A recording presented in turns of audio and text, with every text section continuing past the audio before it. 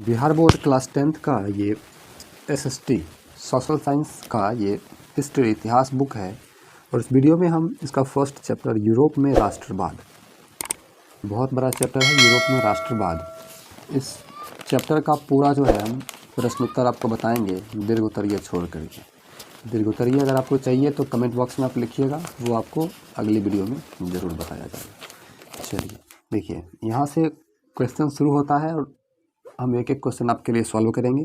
First question है, Italy एवं Germany वर्तमान में किस महादेश के अंतर्गत आते हैं? तो इसके लिए हमने आपके लिए पीडीएफ बनाया है, चलिए उसी से समझते हैं। यूरोप में राष्ट्रवाद देखिए क्या है। इटली एवं जर्मनी वर्तमान में किस महादेश के अंतर्गत आते हैं? ऑप्शन नंबर ए है उत्तरी अमेरिका, बी है दक्षिणी अमेरिका, यूरोप, पश्चिमी एशिया। तो इसका आंसर होगा यूरोप। दूसरा प्रश्न है, फ्रांस में किस शासक वंश की पुनर्स्थापना वियना कांग्रेस द्वारा की गई थी? तो इसका उत्तर होगा बुर्बो वंश। 3 नंबर में है, मेजनी का संबंध किस संगठन से था? ऑप्शन नंबर ए है लाल सेना कार्बोनरी, बी नंबर में। ग नंबर में है फिलिप हेटारिया, घ में डाइटा। तो इसका उत्तर होगा ख कार्बोनरी। आगे देखिए, आपका 4 नंबर प्रश्न है, इटली एवं जर्मनी के एकीकरण के विरुद्ध निम्न में कौन था? इंग्लैंड, रूस, ऑस्ट्रिया, वर्षा। तो इसका उत्तर ग होगा ऑस्ट्रिया। 5वां प्रश्न है, काउंट काबूल को विक्टर इमैनुएल ने किस पद पर नियुक्त किया? सेनापति, फ्रांस में राजदूत, प्रधानमंत्री, गृह मंत्री। तो प्रधानमंत्री के रूप में नियुक्त किया। 6 नंबर में है, गैरीबाल्डी पेशे से क्या था? और अधिकतर बार ये क्वेश्चन पूछा जाता है। सिपाही, किसान, जमींदार, नाविक। तो इसका आंसर होगा घ नाविक।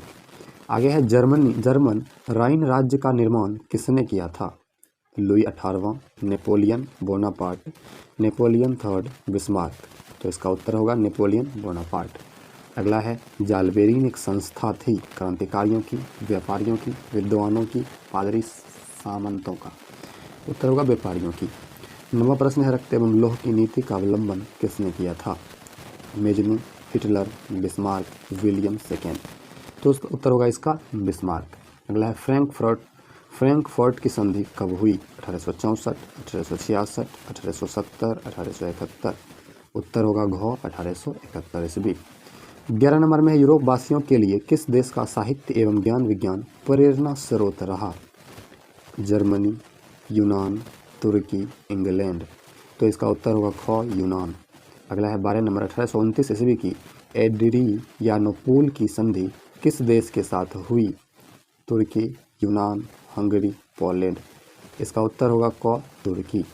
अब आते हैं अति लघु प्रश्न में। देखिए, आपको ध्यान से समझना है, स्क्रीनशॉट लेने का समय देंगे।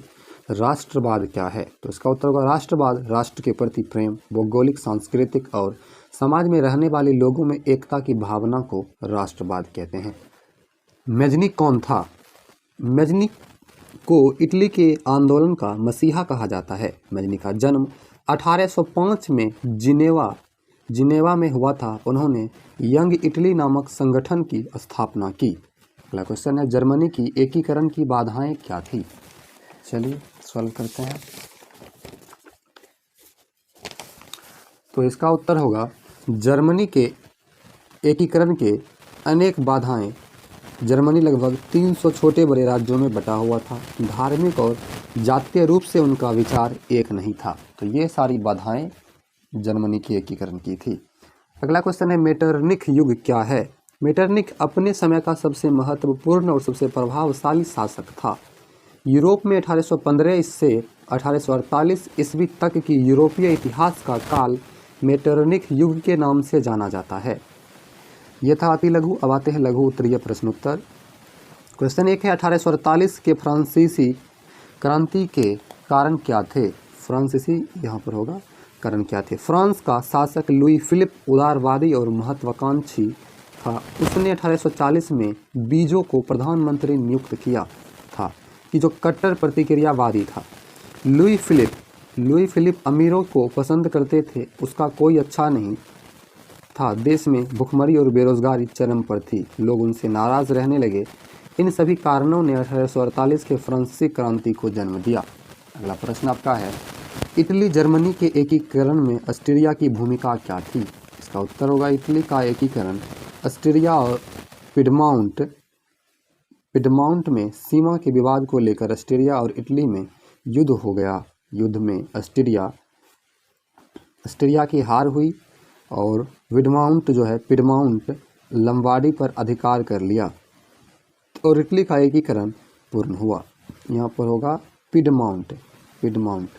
जर्मनी का एकीकरण। अब जर्मनी के एकीकरण के बारे में समझते हैं। जर्मनी के एकीकरण में सबसे बड़ा बाधक ऑस्ट्रिया था। कौन था? ऑस्ट्रिया। ऑस्ट्रेलिया लिखा गया है, ऑस्ट्रिया था। बिस्मार्क ने पर्सा की सेना का संगठन कर उसने यूरोप का शक्तिशाली राज्य बना दिया। इस प्रकार ऑस्ट्रिया के पृथक्करण के कारण ही जर्मनी का एकीकरण हो पाया। इटली जर्मनी के एकीकरण में ऑस्ट्रिया की भूमिका क्या थी? तो सबसे पहले समझते हैं इटली का एकीकरण। देखिए, ऑस्ट्रिया और पिडमॉन्ट में सीमा के विवाद को लेकर ऑस्ट्रिया और इटली में युद्ध शुरू हो गया।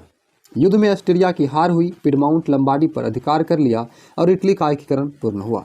जर्मनी का एकीकरण फिर समझते हैं। जर्मनी के एकीकरण में सबसे बड़ा बाधक ऑस्ट्रिया था। बिस्मार्क ने पर्सा की सेना का संगठन कर उसने यूरोप को शक्तिशाली राज्य बना लिया।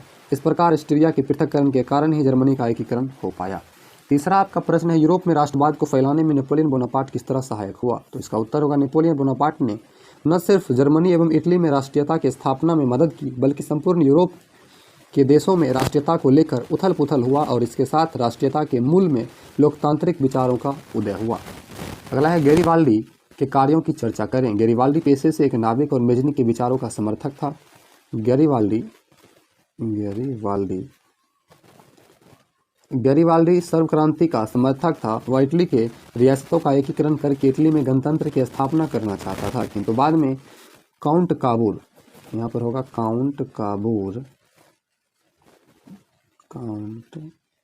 काउंट काबूर के प्रभाव में आकर संवैधानिक राजतंत्र का समर्थक बन गया। वह रोम पर आक्रमण करना चाहता था, लेकिन काबूर के कहने पर यह योजना त्याग दी। इस त्याग से विश्व भर में उसकी प्रशंसा हुई। अगला प्रश्न आपका है, विलियम फर्स्ट के बगैर जर्मनी का एकीकरण बिस्मार्क के लिए असंभव था, कैसे?